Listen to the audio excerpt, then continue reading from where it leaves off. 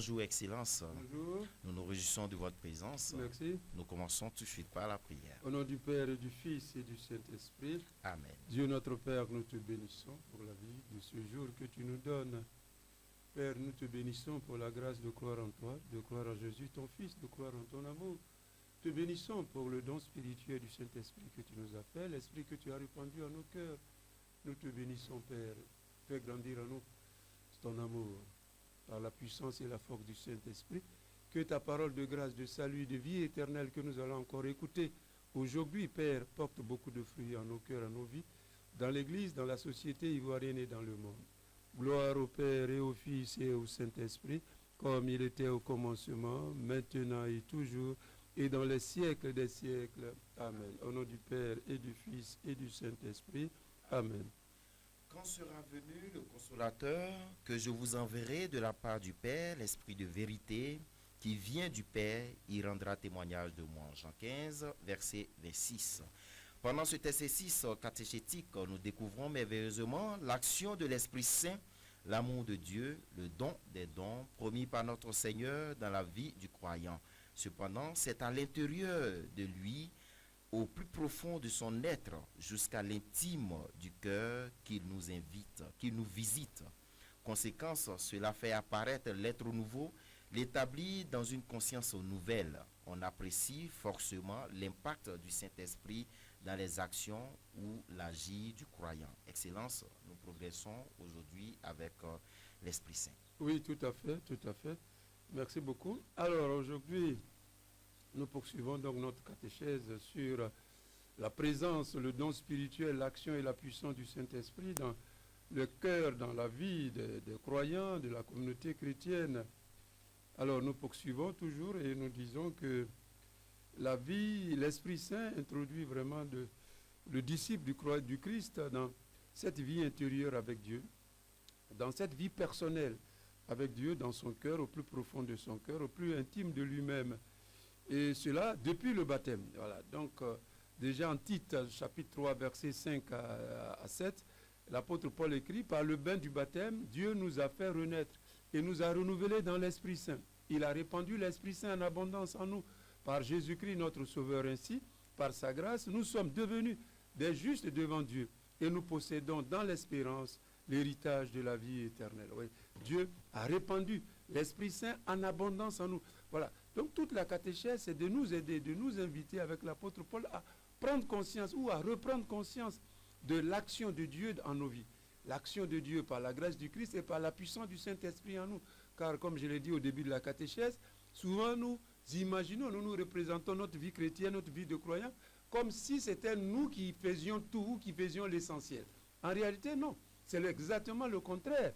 C'est Dieu qui agit en nous. C'est Dieu qui est à l'œuvre en nous par le Christ et dans la puissance du Saint-Esprit. Donc, c'est de redécouvrir ce que Dieu a commencé en nous, ce qu'il poursuit en nous et ce qu'il veut achever en nous. Voilà, c'est ça qui est l'essentiel de toute vie chrétienne, comme je l'ai dit, qu'elle soit celle d'un évêque, celle d'un prêtre, celle d'une personne consacrée, celle d'un jeune, d'un laïc, d'une maman, d'un couple, d'un mouvement. C'est Dieu à l'œuvre. Voilà, l'action de Dieu dans la vie du croyant, dans la vie de la communauté chrétienne, dans la vie du monde. Qu'est-ce que Dieu a commencé? Le Père. Qu'est-ce qu'il a commencé? Par le Fils dans l'Esprit. Qu'est-ce qu'il est en train de poursuivre? Qu'est-ce qu'il veut achever? Au-delà de la vie terrestre, qu'est-ce qu'il veut? Où nous amène-t-il? Donc, comme on le sait, au niveau sacramentel, l'œuvre de Dieu, de façon visible, sensible, commence par la grâce du baptême, par la réception du baptême. Et ici, l'apôtre Paul explique clairement en quoi consiste le baptême. Dieu nous a fait renaître et nous a renouvelés dans l'Esprit Saint. Donc le salut par la grâce du Christ, mais qui est renouvellement du cœur, de l'être dans l'Esprit Saint et par la puissance du Saint-Esprit. Et il dit, il a répandu cet esprit en abondance par Jésus-Christ notre Sauveur. Ainsi, par l'Esprit, par la grâce du Christ, vous et moi, nous sommes devenus des justes devant Dieu. Donc Dieu nous a rendus justes à ses yeux. Donc vous voyez encore l'action de Dieu. Comme j'ai dit souvent, on imagine la vie chrétienne comme c'est simplement effort. Non, c'est vrai, il y a la réponse. Mais c'est d'abord Dieu. C'est Dieu qui est en premier. C'est lui qui agit. C'est lui qui fait. Et il nous invite à collaborer avec lui, à participer. Mais c'est lui le premier. Et c'est lui qui a la première position. Donc, c'est lui qui nous a rendus, dit l'apôtre Paul, et nous le rappelle, qui nous a rendus justes à ses yeux.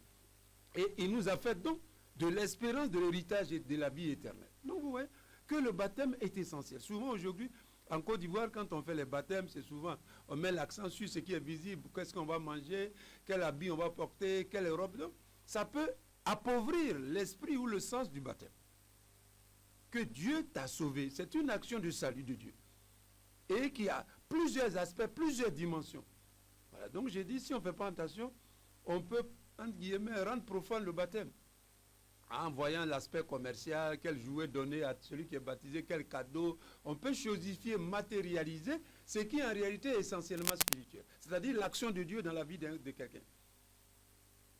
Donc faisons attention. Et c'est pour ça qu'en parenthèse, souvent je conseille aux parents, aux amis, quand vos amis, vos connaissances sont baptisés, il faut leur donner, je dis souvent, un cadeau, des présents complets. C'est-à-dire un aspect matériel, mais aussi un aspect spirituel. Il ne faut pas leur donner seulement des cadeaux, des bijoux, ce qu'on peut manger, ce qu'on peut avoir. Non. Il faut lui donner aussi une Bible, il faut lui donner un livre spirituel, un livre de prière. Voilà, alors là, ton cadeau, il s'inscrit dans ce que Dieu est en train de faire et a commencé dans la vie de ton frère, de ton parent, de ta femme, de ta mari ou de ta connaissance. Sinon, on ne fait pas attention, comme j'ai dit, au plan spirituel, on appauvrit. Voilà. L'événement qui est hautement spirituel, on a tendance à trop le matérialiser, trop le chosifier. Voilà. Donc le baptême, comme on le voit avec l'apôtre Paul, oui, c'est l'œuvre de Dieu dans la vie de quelqu'un, par le Christ dans l'Esprit Saint. Voilà ce qu'il a fait. Il renouvelle par la puissance du Saint-Esprit, par Jésus-Christ, il répand l'Esprit en nos cœurs dans la vie du croyant. Ensuite, par l'Esprit Saint, par la grâce du Christ, il nous rend juste à ses yeux. Et enfin, il nous comble, celui qui est baptisé est comblé de l'espérance de l'héritage de la vie éternelle. Donc vous voyez que c'est des éléments essentiellement spirituels. C'est l'action de Dieu, la puissance de Dieu qui agit dans la vie. Non, c'est celui qui est baptisé devait être dans l'action de grâce, il devait louer Dieu et dire merci à Dieu pour la grâce du salut qui se réalise aujourd'hui pour moi. Elle s'est réalisée une fois pour toutes quand le Fils de Dieu s'est fait homme, quand il est mort, il est ressuscité. Mais dans ma vie, moi, un tel, aujourd'hui, c'est grâce au baptême que justement, la grâce du baptême, que la grâce du salut devient un événement personnel dans ma vie. Alors, quand on est baptisé, Dieu a commencé son œuvre. C'est ce qu'on a vu depuis. Dieu a commencé son œuvre de grâce, de bénédiction, par le Christ, par la puissance du Saint-Esprit. Mais cette œuvre n'est pas finie. Elle est ouverte à un développement, à une croissance. Cette action de Dieu au plus intime de nous-mêmes, dans l'Esprit Saint, par la puissance du Saint-Esprit, cette action, cette merveille, cette présence de l'Esprit est ouverte, comme j'ai dit, à une croissance, à une évolution, à un développement. Beaucoup, malheureusement, je l'ai dit au début de la catéchèse, beaucoup de croyants, dès qu'ils sont baptisés, pour eux, c'est fini. Voilà, ils ne viennent plus à l'église, ou bien ils abandonnent, ou bien ils viennent. Non, c'est pas fini. Ce n'est qu'un point de départ de l'action de Dieu dans ta vie, dans ma vie. Mais l'action de Dieu n'est pas achevée. Il a commencé, il poursuit et il va achever. Ça aussi, je l'ai rappelé. Voilà, Dieu commence. Le baptême, ce n'est qu'un commencement spirituel. Un commencement spirituel. Celui qui n'a pas compris, il ne peut pas bien comprendre l'itinéraire spirituel. Le salut en Christ. Voilà, c'est un commencement. Dieu a commencé son œuvre dans ma vie, au niveau personnel, par le Christ et par la puissance du Saint-Esprit. Et il a commencé, il va poursuivre, et il va achever, il va terminer. Au-delà de la vie sur la terre, dans la gloire du ciel, Dieu couronnera son œuvre en moi, dans l'Église et dans le monde. Mais Dieu m'invite à collaborer, à participer, à travailler avec lui à mon propre salut. Dieu pourrait tout faire lui seul, sans ma contribution, sans ma participation, sans la participation du croyant, mais il n'a pas voulu. Il n'a pas voulu. Il n'a pas choisi cette possibilité, cette option. Il ne l'a pas voulu. Il a voulu, au contraire, que nous devenions aussi les acteurs, les parties, les collaborateurs. Voilà, il nous implique dans notre œuvre. Donc, il ne faut jamais oublier ça. Voilà, l'action du Saint-Esprit en nous, l'œuvre de Dieu en nous, a un commencement, se poursuit une progression et un achèvement, les étapes. Alors, pour bien le comprendre, servons-nous de ceux qui nous ont dévancés dans l'expérience de Dieu. Voilà, l'expérience de la vie avec Dieu par le Christ dans l'Esprit Saint. Et aujourd'hui, nous allons nous référer à Sainte Thérèse de l'Enfant Jésus et de la Sainte Face. Donc l'expérience spirituelle de Thérèse de Lisieux, elle a été appelée Thérèse de Lisieux par rapport à sa ville, ou encore Thérèse de l'Enfant Jésus et de la Sainte Face, peut nous aider à comprendre justement la vie intérieure avec Dieu dans l'Esprit Saint. Donc la vie personnelle du croyant. Voilà. la vie qui commence, comme je l'ai dit, qui progresse, qui grandit et qui va parvenir à son terme, à son achèvement, à son accomplissement dans la gloire du ciel. Alors, avec Thérèse, donc, de l'enfant Jésus, elle a été baptisée avec ses parents, elle vivait sa vie de croyant. Mais, dans son livre qu'on appelle le manuscrit autobiographique A, elle va parler d'une complète conversion. Donc, elle est déjà chrétienne, elle est déjà baptisée, elle va à l'église, ses parents sont chrétiens, sont catholiques, ils sont engagés, l'expérience de Dieu, mais elle va faire une expérience qu'elle va appeler l'expérience d'une complète conversion. Donc, expérience d'une naissance dans la vie intérieure de Dieu, mais plutôt d'une plénitude intérieure. Voilà. Donc, vous voyez, elle était croyante, elle venait à l'église, elle partait partout, mais il y a un moment où cette expérience, une expérience unique, spéciale, elle va la vivre dans sa vie intérieure. Dans sa vie personnelle avec Dieu, elle va vivre cette expérience.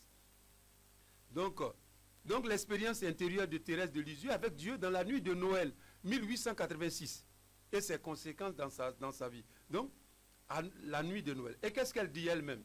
Disons ce qu'elle dit. Donc, dans la nuit de Noël 1886, elle dit: il fallut que le bon Dieu fasse un petit miracle. Donc, vous voyez que cette expérience qu'elle appelle aussi une complète conversion, ou une vie intérieure avec Dieu dans son cœur, dans son âme, au plus profond de son être, une vie pleine, entière, une vie intérieure intense avec Dieu, cette expérience, elle la qualifie un petit miracle de Dieu.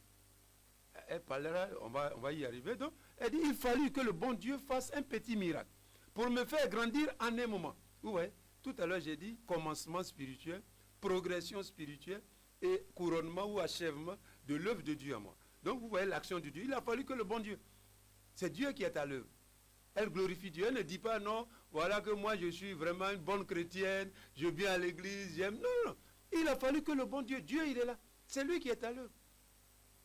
Je l'ai dit tout à l'heure. Je dis souvent, on appauvrit notre vie de croyants, de chrétiens, parce qu'on pense plus à nos propres efforts qu'à l'action, ou à ce que Dieu a commencé qu'il poursuit. En fait, c'est Dieu.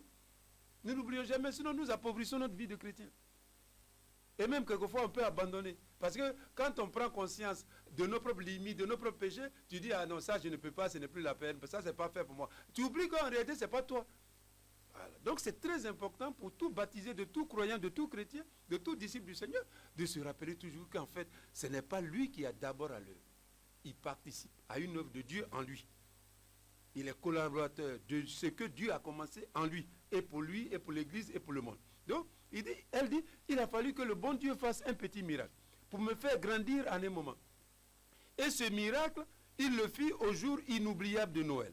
En cette nuit lumineuse qui éclaire les délices de la Trinité Sainte, Jésus, le doux petit enfant d'une heure, changea la nuit de mon âme en torrent de lumière. Changea la nuit de mon âme en torrent de lumière. En cette nuit, où il se fit faible et souffrant pour mon amour, il me rendit forte et courageuse. Il me revêtit de ses armes, et depuis cette nuit bénie, je ne fus vaincu en aucun combat. Mais au contraire, je marchais de victoire en victoire et commençais, pour ainsi dire, une course de géant dans la vie intérieure, dans la vie personnelle avec Dieu, une course de géant. La source de mes larmes fut tarie et ne s'ouvrit depuis que rarement et difficilement, ce qui justifia cette parole qui m'avait été dite: tu pleures tant dans ton enfance que plus tard, tu n'auras plus de larmes à verser. Donc, et elle conclut: ce fut le 25 décembre 1886 que je reçus la grâce de sortir de l'enfance, en un mot, la grâce de ma complète conversion. Donc, vous voyez que dans l'action de Dieu, de la grâce de Dieu, de la puissance du Saint-Esprit, dans la vie intérieure, dans la vie personnelle du croyant, il y a plusieurs étapes. Il y a plusieurs moments.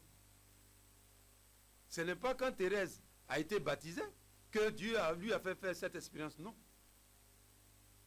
Elle dit bien: ce fut le 25 décembre 86 que, en cette nuit de Noël, sa participation à la messe de Noël est devenue particulière.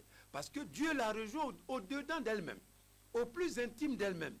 Et cette vie qu'elle avait commencée, qu'elle a entretenue à travers les sacrements, à travers le baptême, mais elle s'est appropriée. Elle a vu qu'il y a quelque chose de spécial qui s'est passé dans son cœur, dans son âme, dans son être.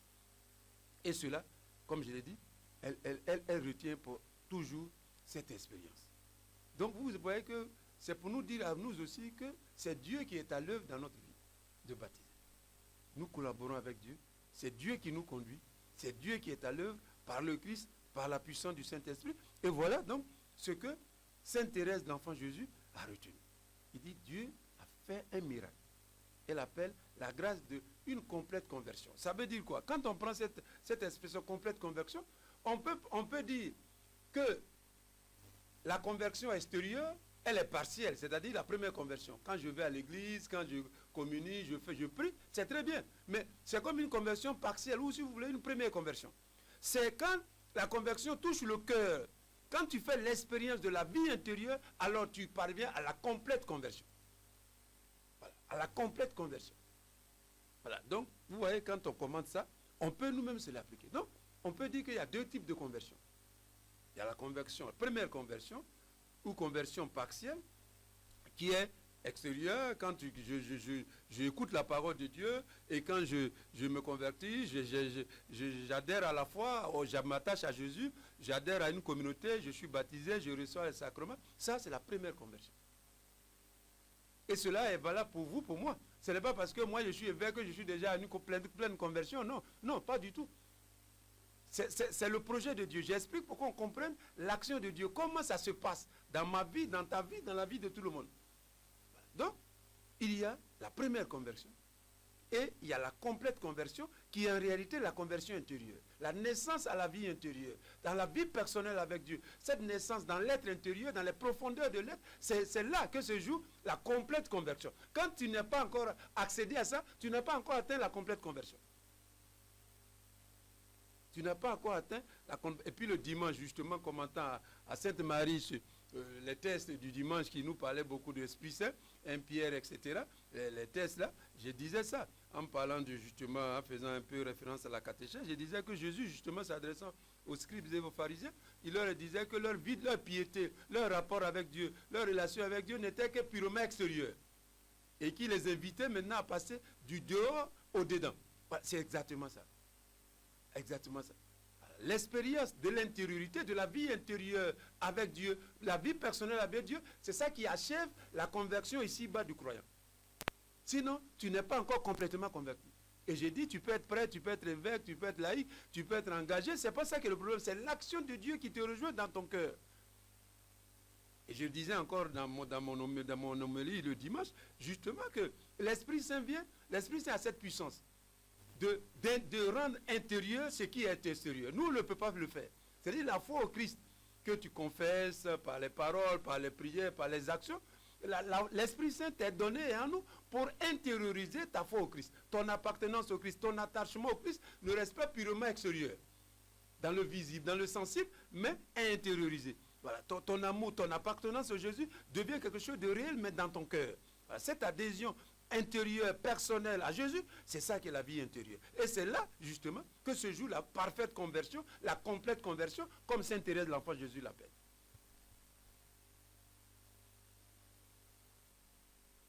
Et donc ici, elle parle justement de miracle. Oui, la vie intérieure est un miracle de Dieu. Parce que, comme je l'ai dit, vous-même, vous n'avez pas totalement, on n'a pas totalement, pleinement pouvoir sur notre cœur, sur les profondeurs de notre être. Parce que justement, c'est à l'intérieur que jaillit même notre être, ce que nous sommes, notre personnalité, notre caractère, notre mouvement. Donc il faut que Dieu, le Créateur, nous y rejoigne. Il faut que Dieu, l'action de Dieu se fasse, illumine, éclaire, pour que justement, même nous constations que nous avons changé. Vous voyez que la conversion, cette complète conversion, c'est même peut-être plus un constat, une participation à ce constat, à cette œuvre de Dieu. Tu constates que Dieu t'a changé comme Thérèse. Elle est partie à la veillée de Noël, à la nuit de Noël, à la messe. Elle ne s'attendait pas à cette expérience spirituelle particulière, intense et dense, au plus profond d'elle-même, dans son cœur, dans son être. Non, elle ne s'attendait pas à ça. Donc, elle a constaté que quelque chose de spécial s'est passé. Et maintenant, elle en prend conscience. Et elle va y participer. Mais en réalité, c'est Dieu. Et donc, vous et moi, dans l'expérience spirituelle, c'est très important de le savoir. Il y a la première conversion qui nous engage par la foi dans l'église, dans la communauté, à faire ce que nous faisons ou que nous devons faire. Mais il y a une étape où Dieu nous fait la grâce de la naissance dans l'intériorité par la puissance du Saint-Esprit. Rappelez-vous toujours le texte de Jean chapitre 3, la rencontre entre Jésus et monsieur Nicodème. Voilà, il lui dit, il faut naître d'en haut, il faut naître de Dieu par la puissance du Saint-Esprit, il faut naître dans l'Esprit Saint, voilà, pour entrer dans le royaume de Dieu. C'est ça, cette pleine conversion, cette vie intérieure qui est le commencement de la pleine conversion, de la conversion complète, qui en réalité nous établit pleinement, qui nous introduit pleinement dans le royaume de Dieu, dans la gloire de Dieu, dans la vie personnelle avec Dieu. Et donc, je l'ai dit, cette vie intérieure, elle n'est pas réservée peut-être aux religieuses ou aux prêtres. Non, c'est l'expérience de projet de Dieu sur tout croyant. J'insiste beaucoup là-dessus, parce que vous, souvent les laïcs, vous dites non, ça là c'est pour les sœurs, ça c'est pour les pères, moi je ne suis pas prêtre, moi je ne suis pas évêque, moi je ne suis pas... Non! Ça c'est des services. Des services que Dieu nous demande ou que Dieu nous a confiés pour l'Église, pour les hommes. Mais dans l'expérience spirituelle, c'est la même chose que Dieu veut faire pour toi, pour moi. Sinon Dieu serait injuste. Dieu serait injuste. Si moi, il devrait me faire une expérience de Dieu plus forte que toi, il serait injuste. Mais l'Esprit est en toi et comme il est en moi. Donc la vie intérieure, c'est tous les baptisés qui sont appelés à cette complète conversion, comme dit Sainte Thérèse. Complète conversion. Intérieure, du cœur, de l'être, des profondeurs de l'être. Grâce à Dieu, par la puissance de Jésus et par le don spirituel, l'action du Saint-Esprit. Oui, une naissance dans la vie intérieure, dans la vie personnelle avec Dieu, qui est dans ton cœur, dans ton âme, là où, au plus intime de toi-même, c'est là que se joue la complète conversion. J'insiste beaucoup. La Thérèse parle de complète conversion. Donc, nous tous, on n'est pas totalement convertis. On n'est pas totalement convertis. On n'est pas totalement convertis. Voilà. Donc, et ce fut le 25 décembre 86. Ce fut le 25 décembre 86 que j'ai reçu la grâce de sortir de l'enfance. L'enfance spirituelle, justement. C'est-à-dire que quand tu n'as pas fait là encore l'expérience de l'intériorité avec Dieu, c'est comme tu es chrétien, tu es baptisé, mais au plan spirituel, tu es enfant. Donc, c'est dans la naissance de la vie intérieure qu'on entre dans la maturité spirituelle. L'état adulte dans la vie spirituelle chrétienne commence dans la naissance, dans l'intériorité, dans la vie intérieure. Quand tu prends conscience, avec la grâce de Dieu, avec l'action de Dieu, tu as conscience que ton cœur, ton âme a adhéré au Christ, est dedans, alors la maturité a commencé. La maturité spirituelle, la maturité chrétienne, tu es devenu adulte. Et vous voyez, quand Thérèse parlait, elle était enfant. Hein. Ce n'est pas question d'âge, ce n'est pas le plus vieux ici. Hein. Voilà, c'est pas que, bon, comme je disais à l'église dimanche encore pour faire rire un peu les gens, j'ai dit non, ce n'est pas question de muscles. Ce n'est pas question d'arbolosaïe. Non, ici, ce n'est pas d'âge physique extérieur. C'est l'expérience de Dieu, c'est Dieu qui nous l'accorde. Et nous entrons dedans par la puissance du Saint-Esprit. C'est cette ouverture, cette obéissance progressive à l'Esprit par laquelle Dieu nous accorde ce don spirituel de naître intérieurement. Voilà, pour que le cœur soit imprégné de la grâce du Christ et que l'esprit, notre cœur, soit au service du Christ par l'obéissance de la foi. Donc, ici, comme je l'ai dit, Thérèse était très jeune et Dieu lui a fait faire cette grande expérience qu'elle appelle un petit miracle ou une complète conversion. Donc, il y a la conversion, je me répète, il y a une conversion partielle, une conversion incomplète ou une première conversion, si vous voulez, et puis il y a une seconde conversion. Cette conversion, c'est là que se joue, comme il a dit, la complète conversion et que, justement, naissance à la vie intérieure, dans le cœur, dans les profondeurs de l'être. Voilà, donc il y a deux aspects. Et comme je l'ai dit, Jésus dit aux pharisiens, passez donc d'une piété purement du dehors à une piété du dedans.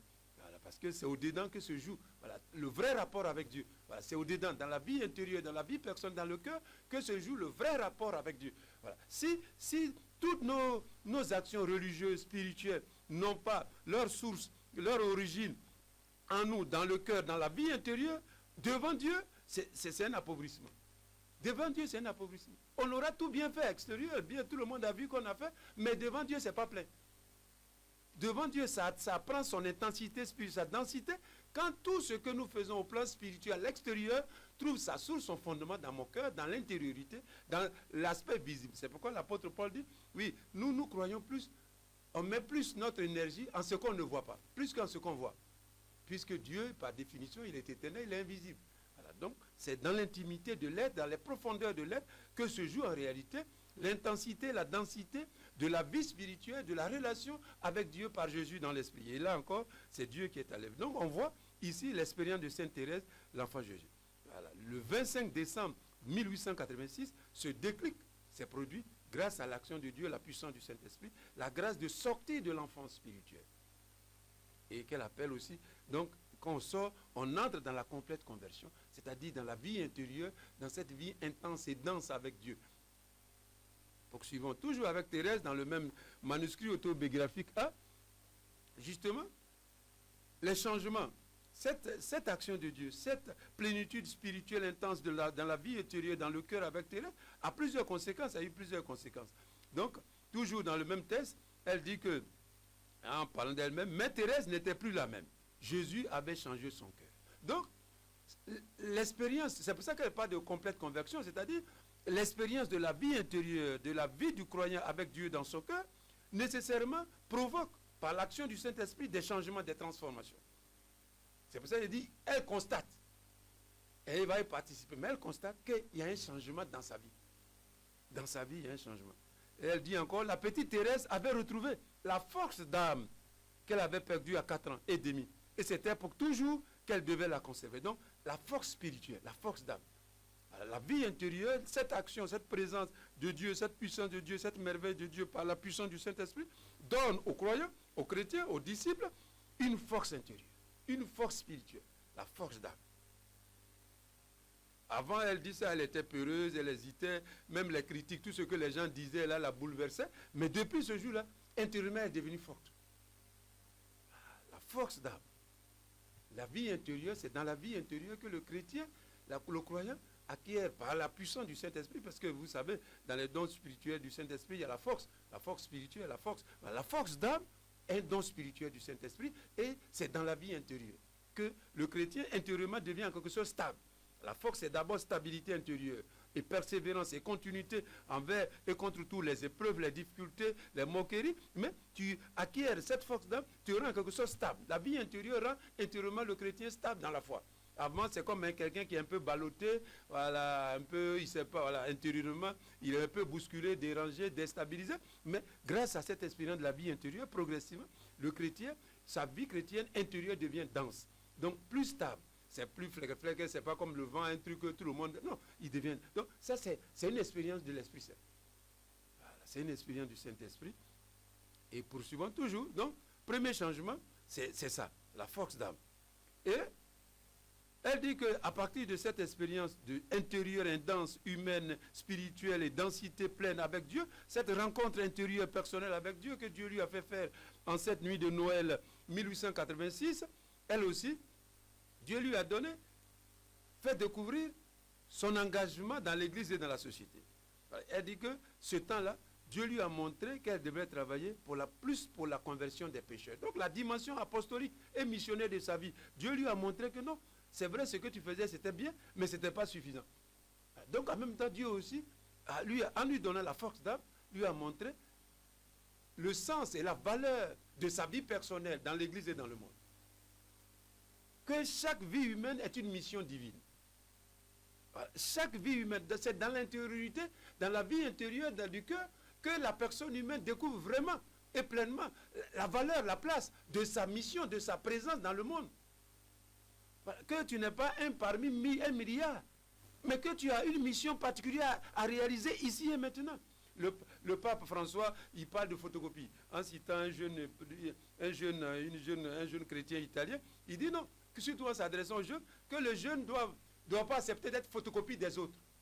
Mais Dieu a donné à chacun quelque chose de particulier, de spécial, de singulier. Donc c'est ce que tu as de particulier, de singulier que tu dois donner au monde, aux autres, pour les enrichir. Sinon tu n'enrichis pas les autres.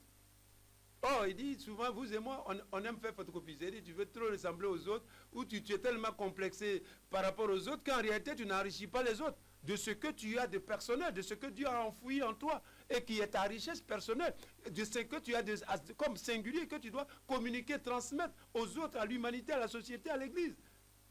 Est-ce qu'on y réfléchit même? Quelle est ma mission divine spéciale? Le fait d'appartenir même à telle famille, à tel village, à tel pays, qu'est-ce que j'ai de spécial à apporter? Souvent dans nos groupes, surtout en Afrique, on n'aime pas ceux qui sont un peu spéciaux. On veut qu'on soit comme tout le monde, comme ça ne dérange pas. Non, c'est pas ça. Chacun de nous est spécial. Au-delà des apparences. Nous sommes tous, c'est vrai, des humains, on a des yeux, on a des oreilles, c'est vrai. Mais il y a quelque chose de spécial, de singulier, d'unique en toi, en moi. C'est pour ça que personne ne peut te remplacer. On peut mettre quelqu'un à ta place, mais il ne peut pas faire comme toi. Oui, oui, oui.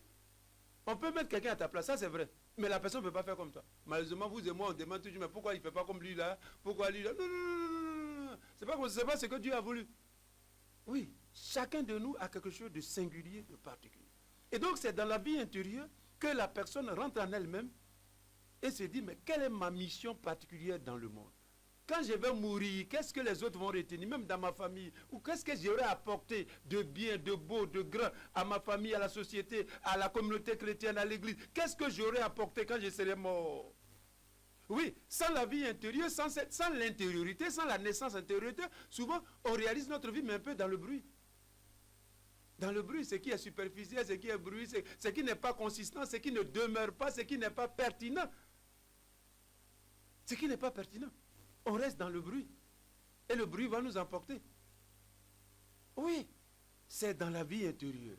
C'est dans l'intériorité, dans la naissance à l'intériorité, que la personne humaine, d'abord, comme Thérèse l'a dit, avec force d'âme. Parce que ce n'est pas facile de reconnaître et puis de le prouver, de le réaliser. Parce que, comme j'ai dit, l'entourage souvent ne veut pas ça.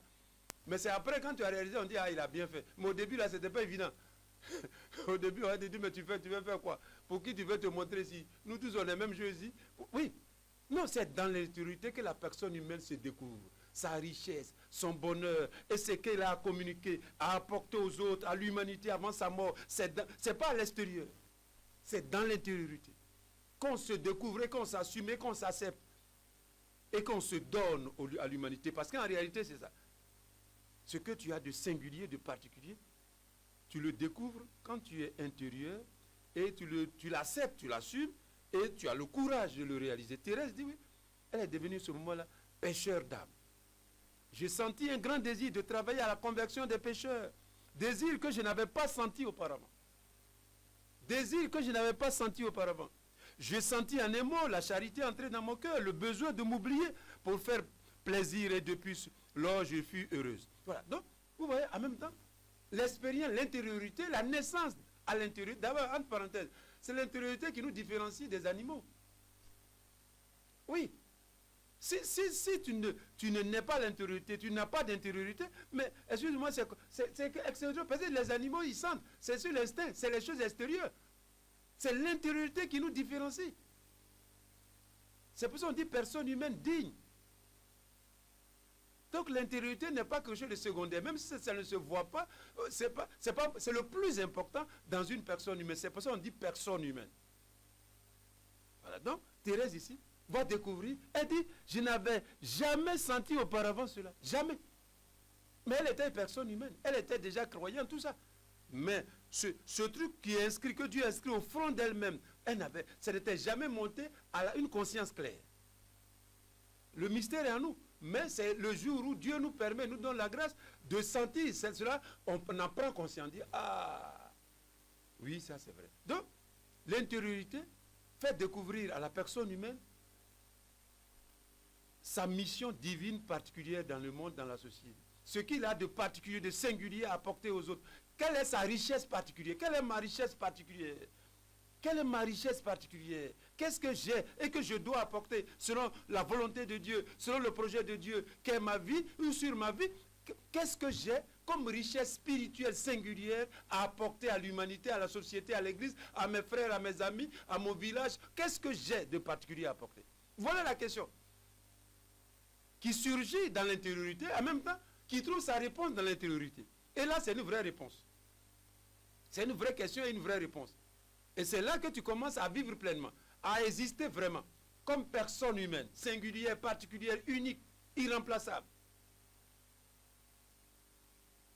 Donc vous voyez que l'intériorité, la vie intérieure, n'est pas secondaire, ni dans la vie humaine, ni dans la vie chrétienne. Ta mission divine sur la terre, c'est quoi? C'est quoi? À quoi Dieu t'appelle, où tu es appelé particulièrement? Quelle est la richesse qu'il a mise en toi? Humaine, spirituelle, à tous les niveaux. et comment tu dois enrichir l'humanité avant ta mort.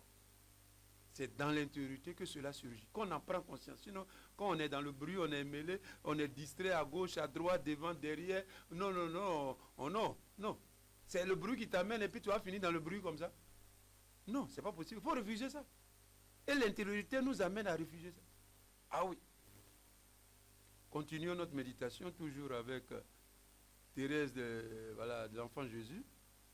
Alors, l'intériorité aussi donne la force d'âme, fait découvrir la mission divine particulière, ta richesse singulière qui est en toi, que tu dois réaliser pour le monde, pour l'église, pour les autres, pour tes parents, pour les amis avant de mourir. Mais aussi, la vie intérieure modifie aussi les rapports avec les autres, les humains. Un autre aspect que Thérèse a vécu, les relations humaines. Voilà. Sans la vie intérieure, nous vivons nos relations humaines, mais nous ne les vivons pas pleinement. Soit parce qu'on choisit celui-ci, celle-là, soit ceci, cela. Mais c'est dans la vie intérieure qu'en réalité, nos rapports, nos relations, on est toujours les mêmes. Hein? Ça peut être toi si tu es marié avec ton épouse, ça peut être tes enfants, les enfants et le papa, ça peut être des amis, des collègues, des personnes qu'on rencontre ou à la gare, dans un taxi. C'est dans la vie intérieure que les relations humaines deviennent, je veux dire, intenses et denses. Et en même temps comblent le cœur humain. Sinon, soit qu'on peut penser que c'est en multipliant les relations humaines qu'on est heureux, mais en réalité, souvent, la multiplication devient appauvrissement parce qu'il manque dans ces rapports toi-même. Tu n'es pas dans tes rapports. Donc, ces relations ne peuvent pas te combler et combler l'autre. Tu n'es pas dedans. Voilà, parce que c'est l'intériorité, la vie intérieure qui permet à la personne humaine, au mystère humain, de se transmettre et de se transférer dans la vie de l'autre par le don à travers les relations et les rapports. Sinon, les rapports sont vides. Tu n'es pas dedans. Tu n'es pas dedans. Souvent, on pense que c'est pour multiplier, faire l'expérience. Non, tu n'es pas dedans. Non, ça ne peut pas. Au contraire, même quand tu as tout fait, après, tu vois que quand tu es seul, tu es vide. Comme s'il fallait encore partir répéter. Non. C'est l'intériorité. Donc, Thérèse, elle dit, par exemple, justement, après cette expérience, Céline, c'est sa sœur, sa grande sœur. Céline était devenue la confidente intime de mes pensées. Depuis Noël, nous pouvions nous comprendre. La distance d'âge n'existait plus, puisque j'étais devenue grande en taille et surtout en grâce. Une distance nous séparait encore. Jésus, qui voulait nous faire avancer ensemble, forma dans nos cœurs des liens plus forts que ceux du sang. Il nous fit devenir sœurs d'âme. Il nous fit devenir sœurs d'âme. Donc ici, justement, l'expérience de l'intériorité transforme les relations. Là où il y avait des barrières, des blocages, des exclusions, l'intériorité te montre qu'en réalité, comme je le disais récemment à l'université de Ma, que la personne humaine se construit pleinement, se réalise dans l'inclusion, dans la complémentarité, parce que lutter contre les diversités, tu as échoué, parce que Dieu a créé déjà un monde divers. Tu ne vas pas corriger le monde que Dieu a créé. Souvent, nous combattons contre les diversités. C'est comme si on voulait supprimer la diversité. Mais on a déjà échoué. Puisque le monde en lui-même, tel qu'on le voit, mais il est divers. Que ce soit la nature, que ce soit l'humanité. Mais tu as corrigé. Mais ce n'est pas possible. Tu as échoué. Donc, ce que nous avons pour construire des relations humaines pleines, intenses, à partir de l'intériorité, ce sont des relations, justement, comme Thérèse dit, des relations d'amour, c'est-à-dire des relations inclusives et des relations de complémentarité. La diversité, il faut se l'approprier. Il ne faut pas la combattre. Il faut la maîtriser. Voilà. La plénitude se trouve dans la maîtrise de la diversité. Ou que tu mets à ton service de ton bonheur. C'est comme tu la capitalises et tu l'enrichis. Tu t'enrichis avec la diversité. Mais si tu veux combattre la diversité, tu as échoué puisque Dieu a fait un monde divers. Ici, c'est le principe, la spiritualité de l'un et du multiple. Dieu est un, mais il a voulu un monde divers. Et la diversité ne s'accomplit, ne se réalise pleinement que quand elle est assumée, elle devient harmonieuse, elle devient complémentaire et inclusive. Donc voilà, le monde dans l'Esprit Saint que Dieu a voulu, dans l'expérience intérieure, que l'intériorité nous rappelle. Voilà. Quand tu n'es pas dans l'intériorité, tu peux être un grand croyant, mais tu as peur de la diversité. Tu cherches à tout prix à combattre la diversité, à la supprimer. C'est-à-dire que tu veux corriger la création de Dieu.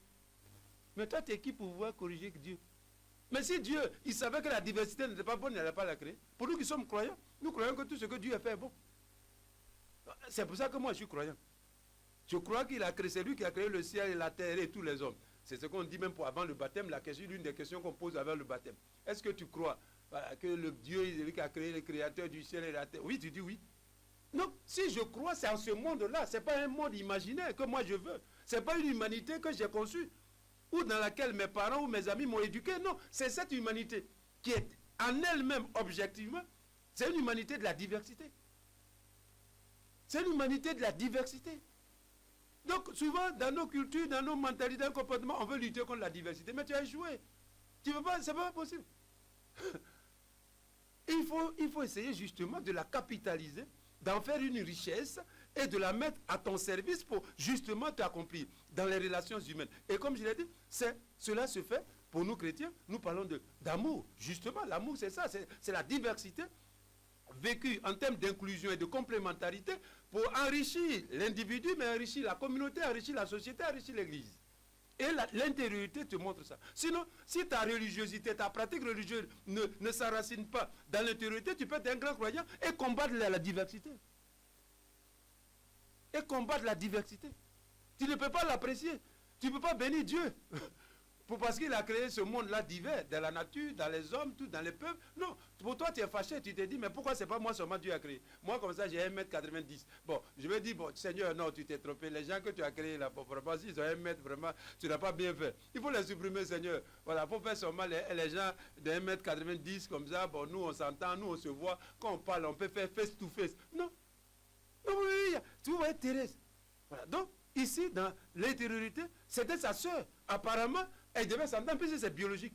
C'est sa propre soeur, comme on dit chez nous en Afrique, ou en Côte d'Ivoire, c'est sa propre soeur. Mais elle dit non. Depuis le jour où elle a fait cette expérience de l'intériorité, de la rencontre intérieure profonde avec Dieu, non, ses relations même avec sa soeur Céline ont changé. Elle se comprenait vraiment pleinement. Avant, elle disait qu'il y avait une distance qui nous séparait.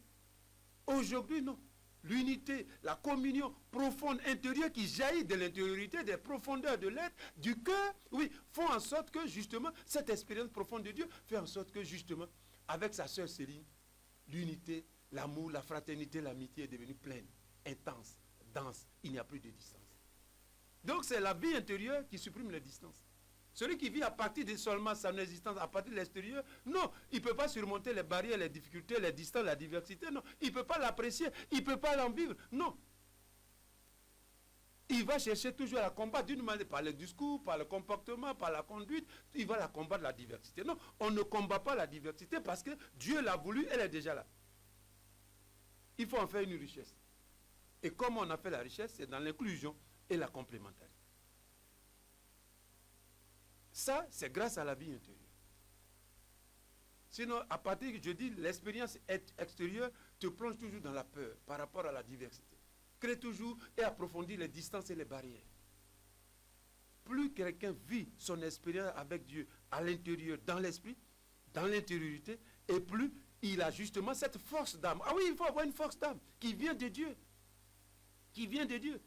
La force qui vient simplement de la nature humaine, biologique marquée par le péché, par l'expérience ordinaire, ne suffit pas. Ne suffit pas. Ne suffit pas.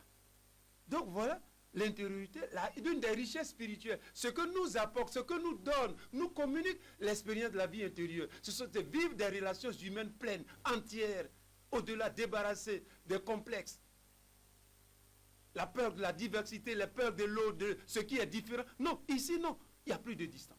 À partir il y a distance extérieure. Parce que si moi, j'ai 1m90, j'aurai toujours 1m90. Si toi, tu as 1m, tu auras 1m. Donc, les barrières extérieures ne disparaissent pas. Mais l'intériorité te donne la force, la puissance de les surmonter et de les vivre autrement, de les comprendre autrement. De les mettre à ton service. De les maîtriser, voilà, et de les mettre à ton service. C'est comme quelque chose qui est extérieur, que tu maîtrises et que tu fais de ça, c'était une faiblesse, mais tu en fais une force. Voilà, donc l'Esprit Saint te donne cette puissance-là de faire de la diversité ta force, non pas ta faiblesse. Et Thérèse a vécu avec sa propre sœur. C'était sa sœur, donc on pouvait dire comment ils sont même sœurs biologiques, donc il n'y a pas de problème. Non, il y avait problème. Donc vous voyez que même avec nos parents, c'est pas seulement parce qu'on est né du même père, mais ou on est du même village, ou d'ailleurs, c'est pas parce qu'on est du même village qu'on s'entend. C'est pas vrai? C'est pas parce qu'on est du même père, même mère qu'on s'entend. Voilà. Souvent, on pense que c'est parce que l'autre est différent qu'on s'entend pas. C'est faux. C'est faux. La division, la séparation est liée à la nature humaine marquée par le péché. Et partout, ça existe. Même, c'est pas parce que tu as ta femme que forcément partout, toujours vous vous entendez. Ah, tu vois? Oh, on devait dire, bon, parce que ça, c'est sa femme ou son mari, bon, c'est logique, ils devaient toujours s'entendre. Non. Donc, c'est l'intériorité. L'unité est une grâce d'intériorité. L'unité, l'expérience est une grâce de l'intériorité. C'est dans la vie intérieure que l'unité est vraiment appréciée, est vraiment accueillie. Et on y adhère, même si bien sûr toujours il faut marcher, il y a les péchés, il y a les faiblesses, mais comme valeur absolue, comme valeur de construction et de réalisation de l'humain, oui, c'est à partir de l'intériorité que vraiment on apprécie cela et qu'on voit l'humain différemment, autrement, au-delà des barrières, des différences. Oui, on sait, c'est la propriété. Thérèse l'a vécu. Donc vous voyez que la vie intérieure, c'est quelque chose de fondamental qui rentre dans la réalisation de la construction de l'humain, qui est très complexe, l'humain. Comme je l'ai dit à l'université, il est très complexe, il est dense. Voilà, donc c'est ça. L'intériorité nous permet d'avoir un nouveau regard sur nous-mêmes, sur le monde, sur les autres, sur les diversités. Oui, viens transformer tout ça. Thérèse a vécu cela. Donc, amitié et fraternité nouvelle, voilà. Voilà, à partir, donc, amitié nouvelle, fraternité nouvelle, ouverte, au-delà des barrières, des distances, à partir née de la vie intérieure et au service de la vie intérieure. Donc, cette intériorité est née. Tu vois, elles étaient frères biologiques. Mais grâce à la vie intérieure, il y a une nouvelle naissance. Donc, une nouvelle amitié, une nouvelle fraternité, mais qui sont nées maintenant de la vie intérieure. Donc, la vie intérieure est source d'une amitié nouvelle, d'une fraternité nouvelle, ouverte, au-delà des barrières, des distances, des diversités. Et elle aussi est au service de la vie intérieure, née de la vie intérieure et au service de la vie intérieure. Née de la vie intérieure. Donc vous voyez qu'on peut être croyant, on peut être chrétien depuis des années et ne pas avoir cette expérience de la fraternité, de l'unité, née de la vie intérieure et au service de la vie intérieure. C'est grâce à l'expérience de Sainte Thérèse. Voilà. Et ça, comme j'ai dit, c'est important pour nous tous.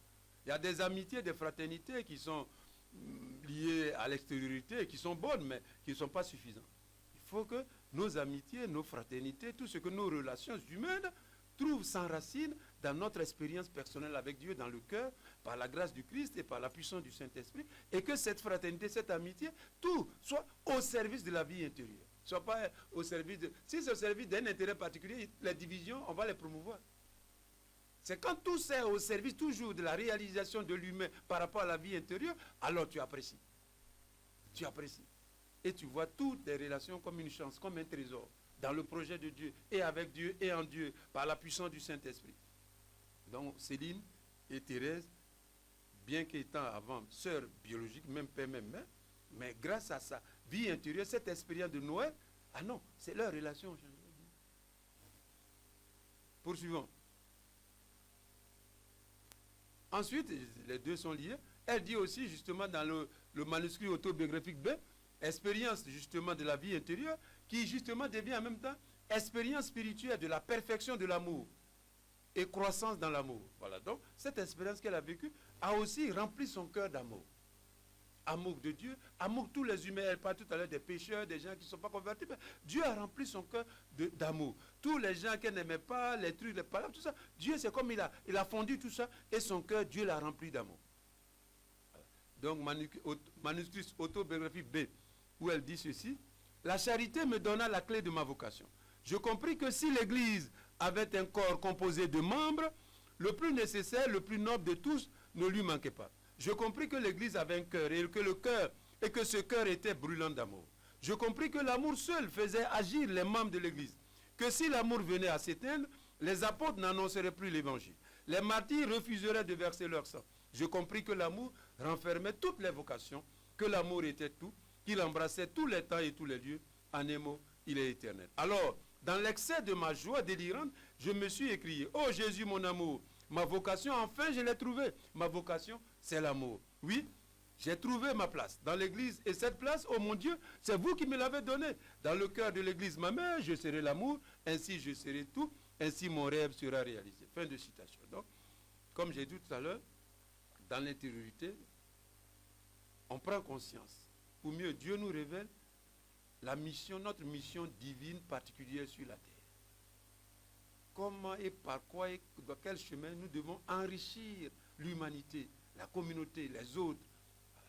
Ici, elle dit justement, Dieu lui a fait cette grâce de lui dire, de lui montrer que, en fait, toute sa vie, elle a sa vocation d'amour. Elle doit aimer. Voilà. L'amour. Dieu a fait pour elle. Elle était déjà chrétienne, elle aimait, mais cette expérience intérieure, pleine, dense, avec Dieu, dans la grâce de Dieu, par la puissance du Saint-Esprit, lui a fait découvrir la valeur, la place et l'importance de l'amour dans sa vie. Elle dit encore, ô Jésus, je le sais, l'amour se paie par l'amour. Aussi, j'ai cherché, j'ai trouvé le moyen de soulager mon cœur en te rendant amour par amour. Donc, voilà. Donc, vous voyez que ici, quand on voit à partir de cette expérience, je veux encore que Dieu, l'expérience du croyant, du baptisé avec Dieu, dans l'Esprit Saint, c'est une expérience qui commence, qui progresse et qui tend vers son achèvement, son accomplissement. Et Dieu ne fait pas tout en même temps. C'est-à-dire, c'est pas parce que tu es baptisé, tu as commencé que Dieu a fait le même jour là tout dans ta... Non, non, non, non. Dieu, il y a des étapes, il y a des moments, il y a des expériences. Et ici, Thérèse, avec elle, nous apprenons que justement, il y a, si vous voulez, une première conversion du croyant et une deuxième conversion du croyant. Si vous voulez, il y a une conversion incomplète et une conversion complète.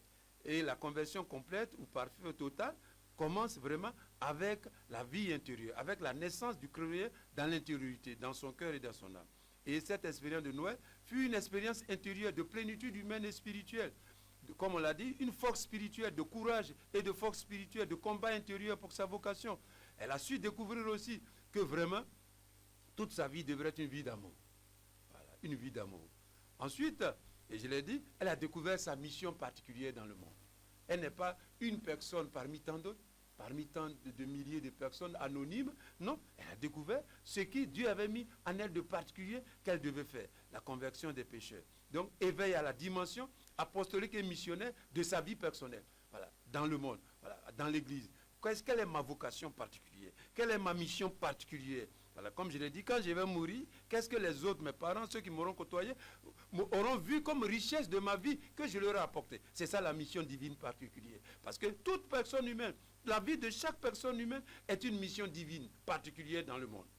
Malheureusement, je dis, on reste tellement dans le bruit, dans l'extériorité, qu'on n'a pas le temps de la chercher, de la découvrir et de la réaliser. Donc, comme je l'ai dit, avec le pape François, on va mourir un peu comme des photocopies. Voilà, on ne va pas mourir comme des personnes singulières qui ont enrichi de façon particulière l'humanité, mais on va mourir comme un parmi tant d'autres. Et Thérèse dit, à partir de là aussi, des relations nouvelles, transformées par la vie intérieure. Et cette vie intérieure est source, est à l'origine de relations humaines nouvelles. Relations humaines nouvelles, ouvertes, au-delà des barrières, des distances, tout, intérieur, extérieur. Voilà, la diversité, les différences sont mises au service, comme j'ai dit, dans l'inclusion, dans la complémentarité, et elle voit qu'entre elle, avec sa sœur Céline, c'était les relations qui étaient déjà là, ont pris une autre intensité, une autre dimension dans leur rapport. Et donc ça, c'est rapport inclusif, rapport plein de complémentarité. Voilà. Et elle a parlé d'amour, elle vit désormais par l'amour. Elle s'est inscrite dans cet amour de Dieu et ça c'est important. Voilà. Alors, comme on le voit, et pour me résumer, la vie du croyant, depuis le baptême, Dieu nous a sauvés, il nous a remplis de l'Esprit Saint, la grâce de Christ est en nous, mais l'action de Dieu, l'action spirituelle de Dieu par la grâce de Christ et la puissance du Saint-Esprit est évolutive. Elle nous fait grandir. Pas à l'extérieur, parce qu'à l'extérieur, tu auras la même taille, mais en intensité, en densité. Voilà. Cette relation personnelle, intime avec Dieu, est dans l'intériorité. Dans l'intériorité, grandir, elle est appelée à s'amplifier, à se développer et à grandir. Et quand elle commence donc au baptême, elle est au commencement. Et à partir de là, si le croyant vit sa vie, il continue, il persévère dans la foi, dans la grâce du Christ, à l'écoute de la parole, des sacrements, de la prière, etc. Dieu lui fait la grâce, par la puissance du Saint-Esprit, de naître à l'intériorité. Donc sa foi passe simplement de l'extérieur à l'intérieur. Donc la naissance à l'intériorité. Il découvre, il prend conscience qu'en réalité, sa vie avec Dieu n'est pas simplement à l'extérieur, mais elle est essentiellement à l'intérieur, au-dedans de lui-même, dans son cœur et dans son âme. Et quand il prend conscience, cette conscience n'est pas finie. Mais Dieu va la développer par la puissance du Saint-Esprit. Voilà. Donc il va progresser, il va grandir, et cela va se manifester par une transformation existentielle dans ses rapports, dans ses relations, sa vision de sa vie, des autres, de l'argent, du monde. Voilà, comment il se trouve, comment il se situe, comment il se comprend dans le monde et comment il investit sa vie au service de l'Église, du monde, des autres, de la société. Oui, cette grâce-là, cette croissance dans la grâce de l'intériorité transforme tout cela. Dieu transforme tout ça, l'Esprit Saint transforme tout ça. Et je l'ai parlé aussi des relations humaines. Et ainsi, petit à petit, à partir de là, ta vie chrétienne, ta vie de croyant, ta vie tout court, prend sa source dans ce dedans, dans cette intériorité, et qui jaillit de la plénitude. Voilà donc, en gros, aujourd'hui, ce que nous voulons dire pour nous arrêter sur ce chapitre-là, mais que nous allons poursuivre prochainement avec un autre grand chapitre là, qui va aussi nous prendre plusieurs temps, et que j'ai intitulé « Le discernement dans l'Esprit Saint, chemin de croissance dans la vie intérieure avec Dieu ». Voilà, donc on va aussi approfondir toujours notre rapport avec Dieu, et surtout dans la croissance spirituelle, dans l'intériorité. Et donc, la prochaine fois, la prochaine catéchèse, nous allons commencer un autre chapitre. Voilà, un autre chapitre que j'ai intitulé ainsi « Le discernement dans l'Esprit Saint, chemin de croissance dans la vie intérieure avec Dieu ». Je vous remercie. Viens, Esprit Saint, et descends.